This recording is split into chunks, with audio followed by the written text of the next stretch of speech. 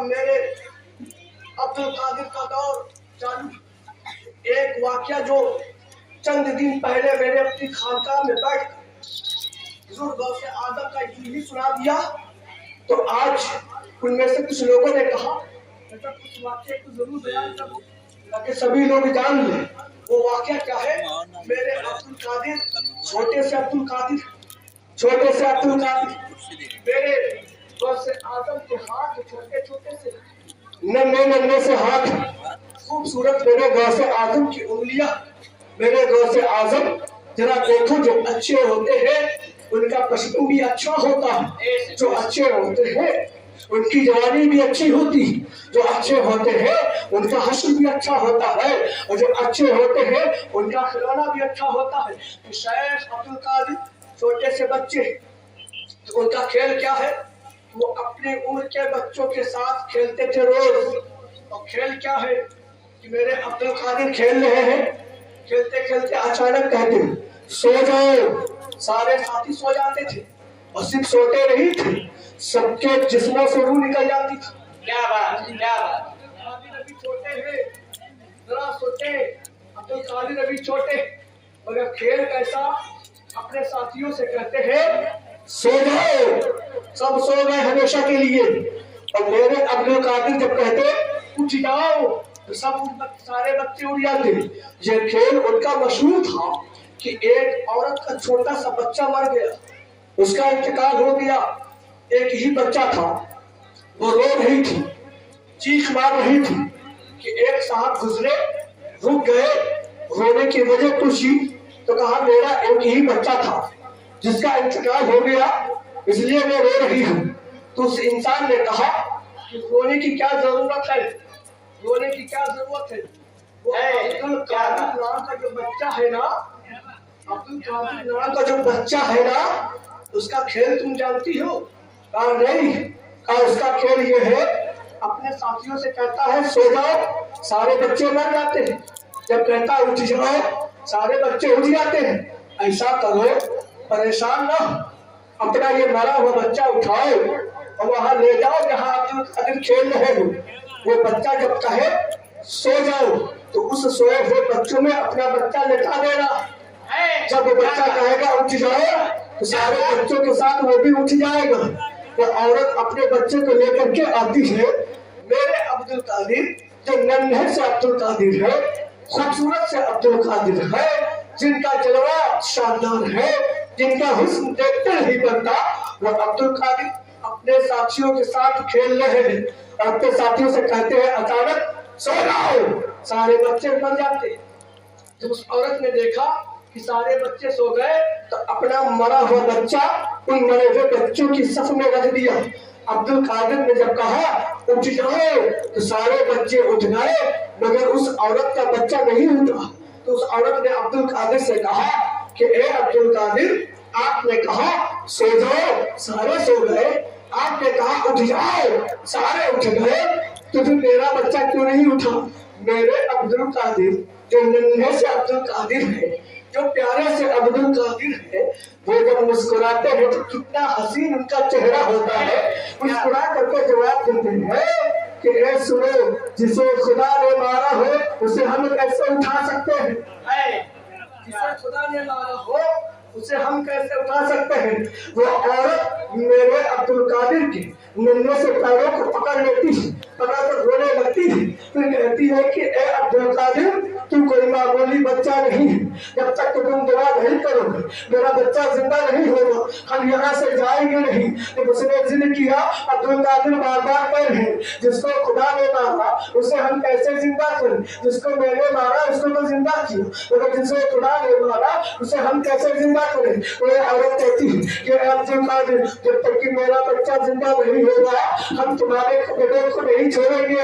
ذرا سوچو کہ ننھا سا میرا عبد القادر ہے, میرے غوث اعظم پیارے سے ننھے سے ہے, مگر ان کا قدم ابھی سے پکڑا جا رہا ہے. یعنی پیغام پیغام مل رہا ہے اس مہینے کے بچے کو بچہ نہ سمجھو بلکہ یہ سید الاولیاء ہے، یہ اولیاء وہ ولی ہے جس کا قدم تمام اولیاء کی گردن پر ہے۔ اس عورت نے کہا کہ اے عبد القادر میرا بچہ زندہ ہونا چاہیے، تجھے بہت ضد کیا بہت ضد کیا۔ میرے عبد القادر پھر مسکراتے ہیں، پھر اپنے ننھے سے ہاتھ اس کو اٹھاتے ہیں اور ایسے عبد القادر نے کیا، پھر اس کے بعد ایسے کیا، پھر اس بچے سے کہا اٹھ جا، وہ بچہ زندہ ہو جاتا ہے۔ اس عورت نے قدم تھامے رکھا اور پوچھا عبد القادر آپ نے کیا مٹایا، کیا لکھا؟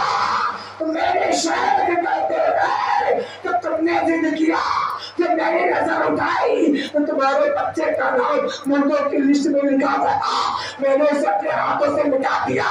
جو میں نے لکھا تو تمہارے بچے کا نام زندوں کی لسٹ میں لکھ دیا۔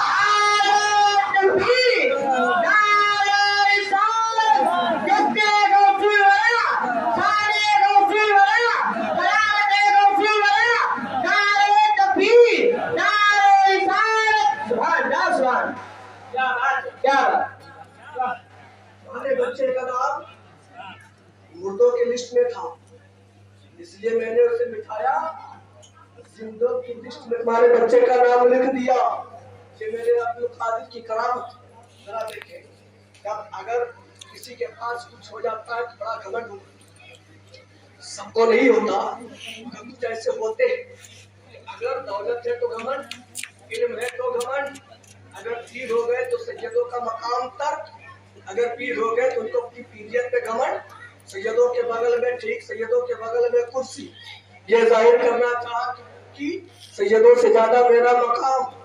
مگر وہ پیر بھول گیا کہ سن لیو، سید کوئی بھی ہو، اگر اوریجنل سید ہے اور تم وقت کے محدث ہو، اگر وہ ظاہری طور پر جاہل سید ہے مگر اوریجنل سید ہے، اور تم وقت کے مجدد ہو، وقت کے مفسر ہو، وقت کے عالم ہو، وقت کے مفتی ہو، تم وقت کے پیر ہو، اپنی جگہ پر ہو، اس سید کا احترام اپنی جگہ پر ہے۔ اگر بات سمجھ میں نہ آئے تو رضا سے بغض مت رکھو، رضا سے بغض رکھو، تمہیں سیدوں کی شان پتہ چلے گی۔ میرے رضا نے پیغام دیا کہ جب محدث اعظم جو مخدوم کی اولاد ہے، جب میرے رضا کے کلاس میں تعلیم حاصل کرنے کے لیے آتا ہے تو میرا رضا کھڑا ہوتا ہے۔ ساتھیوں نے کہا احمد رضا کسی شاگرد کے لیے استاد کھڑا نہیں ہوتا، آپ کیوں کھڑے ہو گئے؟ تو رضا نے پیغام دیا میں استاد ہوں اپنی جگہ، میں مجدد ہوں اپنی جگہ، مگر یاد رکھو یہ نبی کی آل ہے۔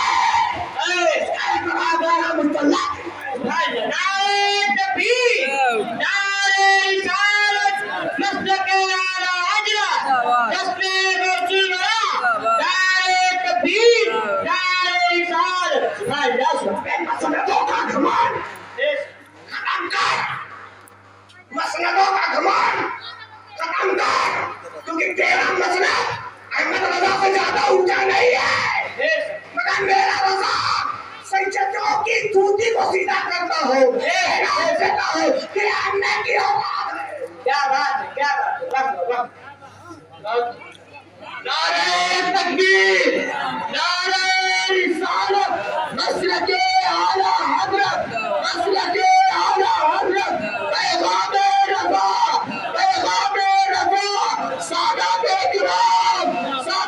کرام، سلسلہ اشرفیہ، نعرہ تکبیر، نعرہ رسالت۔ یہ سنو، یہ بات صحیح ہے کہ مخدوم شملہ کا فیض احمد رضا پر ہے، مگر یہ بات بھی صحیح ہے کہ اگر رضا نہ ہوتے تو مخدوم شملہ کون ہم جان نہیں سکتے۔ اور سنو، جس نے بھی میرے رضا کے